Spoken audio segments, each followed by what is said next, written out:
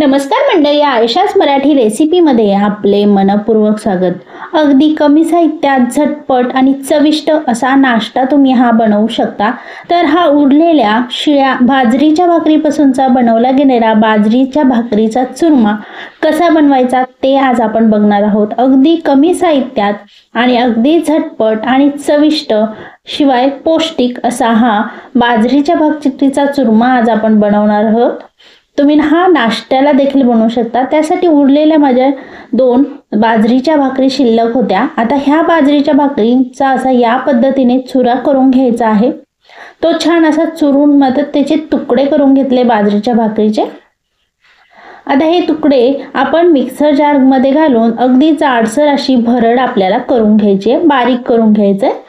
तर हाताने तो शक्यतो होत नाही, त्यामुळे आपण मिक्सर जार मध्ये घालून याची अशी जाडसर अशी भरड करणार आहोत। अगदी फार फाईन म्हणजे अगदी बारीक असं नाही करायचंय, तर थोडंसं असं जाडसर आपल्याला बारीक करून घ्यायचंय मिक्सर जार मध्ये या पद्धतीने।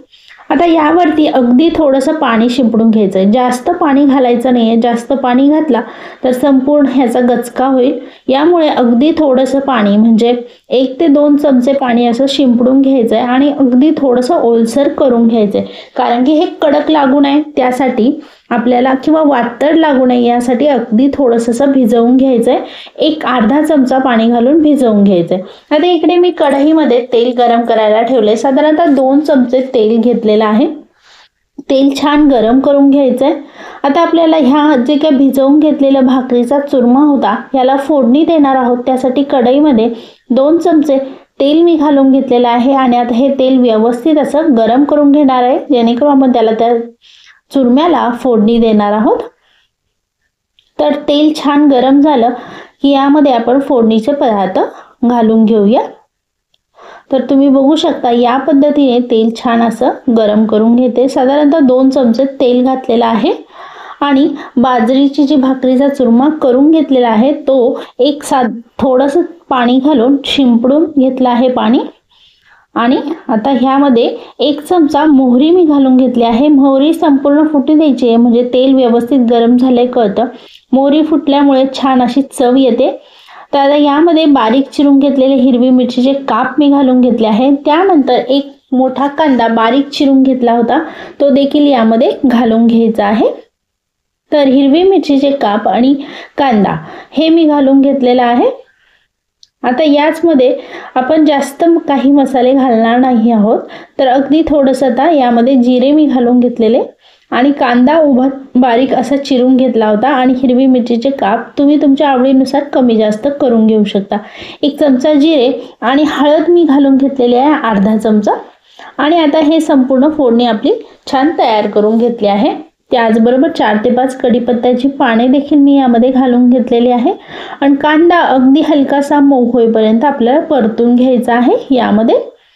तर अगदी थोडासा म्हणजे कांद्याचा कच्चेपणा कमी होईल इतकं आपल्याला कांदा परतून घ्यायचा आहे। याचबरोबर यामध्ये बारीक चिरून घेतलेली कोथिंबीर देखील मी घालून घेतली आहे। कोथिंबीरीमुळे छान अशी चव येते। चवीनुसार थोडंसं मीठ मी घालून घेतलेलं आहे। आणि आता हा कांदा मऊ झाल्यानंतर यामध्ये आपण जो काही भिजवून घेतलेला बाजरीचा चुरमा होता तो यामध्ये घालून ही छान फोडणी त्याला मिक्स होईल या पद्धतीने मिक्सअप करून घ्यायचं आहे आणि 2 मिनिटासाठी छान आपण मिक्स करून तयार करून घ्यायचं। ज्या पद्धतीने आपण पोहे बनवतो त्यावेळेस ज्या पद्धतीने फोडणी अशी मिक्सअप करून घेतो अगदी त्याच पद्धतीने हे व्यवस्थित असं मिक्सअप करून घ्यायचं आहे। तर मंडळी, ही रेसिपी तुम्हाला कशी वाटली याबद्दल मला कमेंट करून नक्की सांगा। आणि जर ही रेसिपी आवडली असेल तर नक्की ट्राय करून बघा आणि मला कमेंट करून नक्की सांगा। आणि अशाच नवनवीन रेसिपी बघण्यासाठी चॅनलला नक्की सबस्क्राईब करून बेल आयकॉनला क्लिक करा।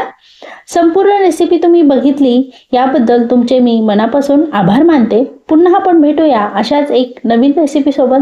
तोपर्यंत तुम्ही स्वस्त खा आणि मस्त राहा आणि उरलेल्या शिळ्या भाकरी जर उरल्या असेल तर नक्की ही रेसिपी ट्राय करून बघा। अगदी झटपट होते आणि छान पटकन पौष्टिक तयार होते। धन्यवाद।